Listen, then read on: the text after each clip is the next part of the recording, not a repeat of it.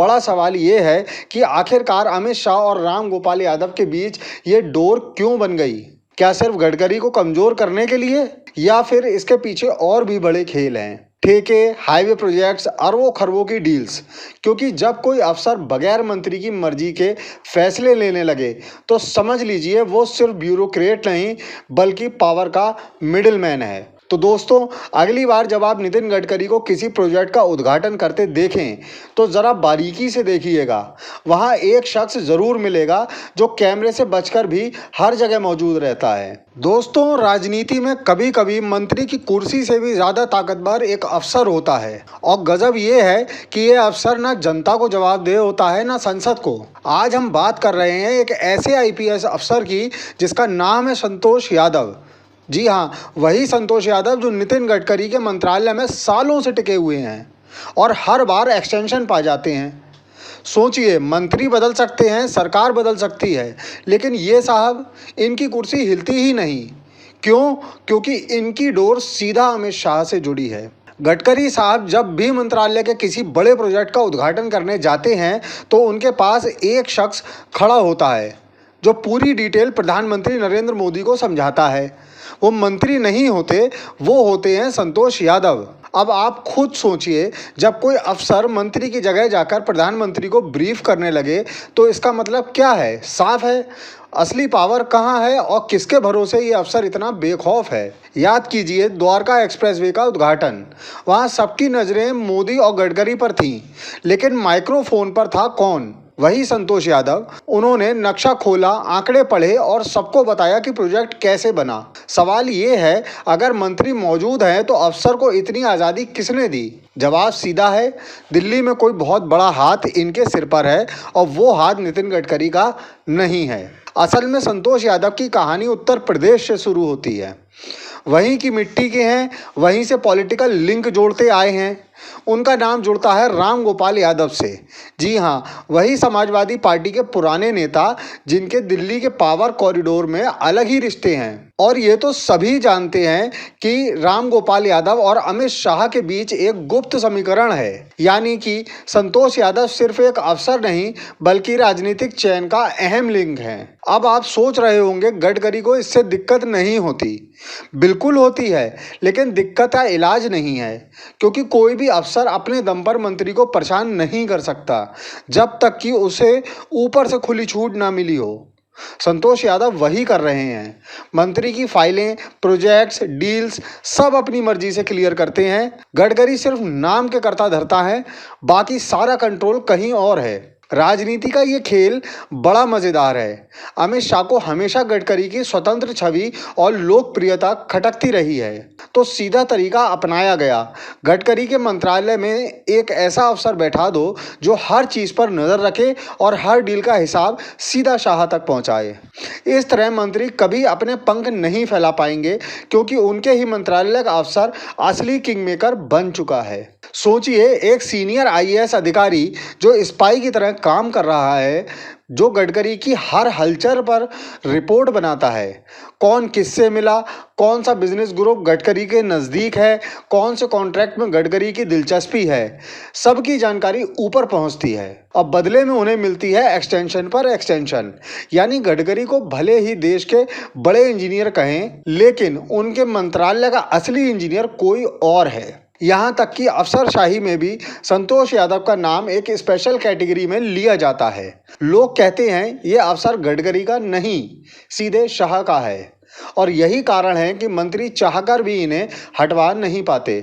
मज़ा देखिए, जनता गडकरी को नेता मानती है, लेकिन मंत्रालय चलाने वाला कौन है ये सच ज़्यादातर लोग जानते ही नहीं।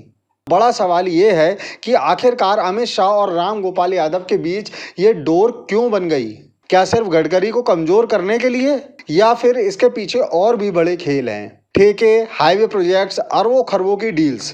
क्योंकि जब कोई अफसर बगैर मंत्री की मर्जी के फैसले लेने लगे तो समझ लीजिए वो सिर्फ ब्यूरोक्रेट नहीं बल्कि पावर का मिडिलमैन है। तो दोस्तों, अगली बार जब आप नितिन गडकरी को किसी प्रोजेक्ट का उद्घाटन करते देखें तो ज़रा बारीकी से देखिएगा।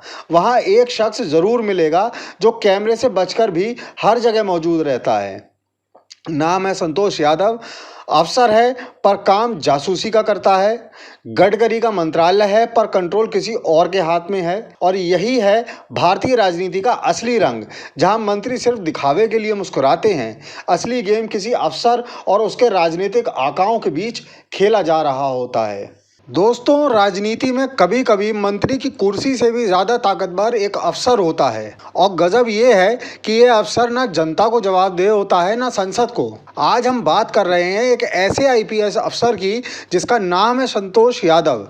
जी हाँ, वही संतोष यादव जो नितिन गडकरी के मंत्रालय में सालों से टिके हुए हैं और हर बार एक्सटेंशन पा जाते हैं। सोचिए, मंत्री बदल सकते हैं, सरकार बदल सकती है, लेकिन ये साहब, इनकी कुर्सी हिलती ही नहीं। क्यों? क्योंकि इनकी डोर सीधा अमित शाह से जुड़ी है। गडकरी साहब जब भी मंत्रालय के किसी बड़े प्रोजेक्ट का उद्घाटन करने जाते हैं तो उनके पास एक शख्स खड़ा होता है जो पूरी डिटेल प्रधानमंत्री नरेंद्र मोदी को समझाता है। वो मंत्री नहीं होते, वो होते हैं संतोष यादव। अब आप खुद सोचिए, जब कोई अफसर मंत्री की जगह जाकर प्रधानमंत्री को ब्रीफ करने लगे तो इसका मतलब क्या है? साफ है, असली पावर कहाँ है और किसके भरोसे ये अफसर इतना बेखौफ है। याद कीजिए द्वारका एक्सप्रेसवे का उद्घाटन। वहाँ सबकी नज़रें मोदी और गडकरी पर थीं, लेकिन माइक्रोफोन पर था कौन? वही संतोष यादव। उन्होंने नक्शा खोला, आंकड़े पढ़े और सबको बताया कि प्रोजेक्ट कैसे बना। सवाल ये है, अगर मंत्री मौजूद हैं तो अफसर को इतनी आज़ादी किसने दी? जवाब सीधा है, दिल्ली में कोई बहुत बड़ा हाथ इनके सिर पर है और वो हाथ नितिन गडकरी का नहीं है। असल में संतोष यादव की कहानी उत्तर प्रदेश से शुरू होती है। वहीं की मिट्टी के हैं, वहीं से पॉलिटिकल लिंक जोड़ते आए हैं।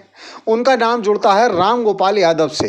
जी हाँ, वही समाजवादी पार्टी के पुराने नेता जिनके दिल्ली के पावर कॉरिडोर में अलग ही रिश्ते हैं। और ये तो सभी जानते हैं कि राम गोपाल यादव और अमित शाह के बीच एक गुप्त समीकरण है, यानी कि संतोष यादव सिर्फ एक अफसर नहीं बल्कि राजनीतिक चयन का अहम लिंक है। अब आप सोच रहे होंगे गडकरी को इससे दिक्कत नहीं होती।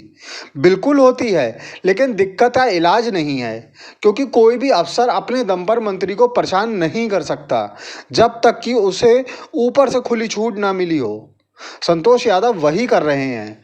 मंत्री की फाइलें, प्रोजेक्ट्स, डील्स सब अपनी मर्जी से क्लियर करते हैं। गडकरी सिर्फ नाम के कर्ता धर्ता है, बाकी सारा कंट्रोल कहीं और है। राजनीति का ये खेल बड़ा मज़ेदार है। अमित शाह को हमेशा गडकरी की स्वतंत्र छवि और लोकप्रियता खटकती रही है, तो सीधा तरीका अपनाया गया।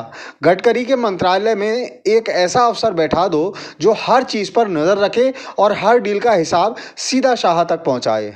इस तरह मंत्री कभी अपने पंख नहीं फैला पाएंगे, क्योंकि उनके ही मंत्रालय का अफसर असली किंग मेकर बन चुका है। सोचिए, एक सीनियर आईएएस अधिकारी जो स्पाई की तरह काम कर रहा है, जो गडकरी की हर हलचल पर रिपोर्ट बनाता है।